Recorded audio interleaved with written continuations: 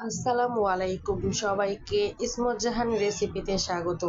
আজকে আমি রান্না করব দুধ সেমাই, যা সবাই পারে, তারপরেও আমি দুধ সেমাই রান্না করে আপনাদের সবার সাথে শেয়ার করছি। আমি প্রথমে ইলেকট্রিক চুলাটি জ্বালিয়ে নিয়ে তার উপরে পাত্রটি বসিয়ে দিলাম। এখন দুধ ঢালছি পরিমাণ মতো, আমার কাছে যতটুকু দিতে মন চাচ্ছে আমি ঠিক ততটুকুই দুধ ঢেলে নিলাম।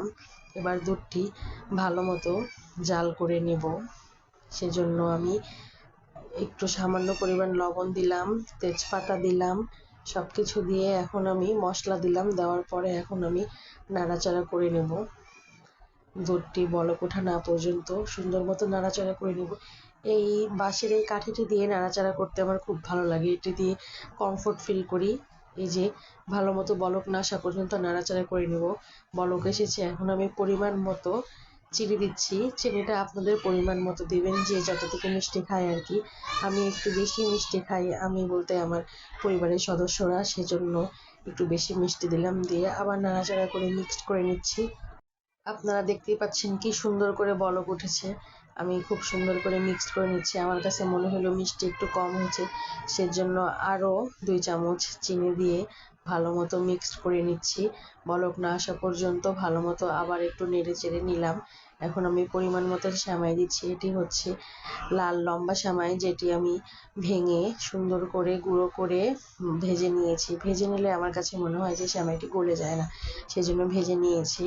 এখন পরিমাণ মতো দিলাম, দিয়ে এখন সেমাইটি সিদ্ধ না হওয়া পর্যন্ত নাড়াচাড়া করে নেব।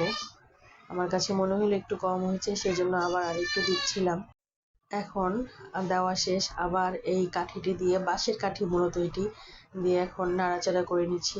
এখন কিছুক্ষণ অপেক্ষা করব, যে পর্যন্ত সেমাইটি ভালো মতো সিদ্ধ না হয়। আমার কাছে মনে হলো দুধ বেশি হয়েছে, সেমাই কম হয়েছে, সেজন্য আরোবার একটু সেমাই দিয়ে দিলাম। বা শেষ, আর সেমাই দেওয়ার প্রয়োজন নেই। এখন ভালো মতো নেড়ে চেড়ে নিচ্ছি, নিচ থেকে ভালো মতো নেড়ে চেড়ে নিচ্ছি, যাতে সেমাইটি খুব সুন্দরভাবে সিদ্ধ হয়ে যায়, সেজন্য নাড়ছি। আপনারা দেখতে পাচ্ছেন খুব সুন্দরভাবে বলক উঠেছে, কি সুন্দর একটা স্মেল আসছে। আহ, দেখতে কতই না ভালো লাগছে।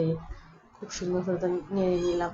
এখন আমি চেক করে নিচ্ছি যে সেমাইটি সিদ্ধ হয়েছে কিনা, সেজন্য বাঁশের এই কাঠিটি দিয়ে, আপনাদের এলাকায় কে কি বলে জানি না, আমরা বাঁশের এই কাঠিটি দিয়ে রান্না বান্না করতে পছন্দ করি আমাদের এলাকায়। দেখে নিলাম যে হয়েছে কিনা, আমার কাছে মনে হচ্ছে হয়ে গিয়েছে। তাও আবার আর একটু নেড়ে চেড়ে নিচ্ছি। আমার কাছে মনে হলো হয়ে গিয়েছে।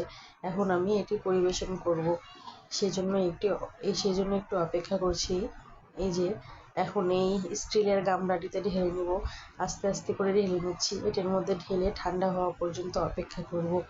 দেখতে কতই না ভালো লাগছে। এটি হচ্ছে আমার দুধ সেমাইয়ের ফাইনাল লুক।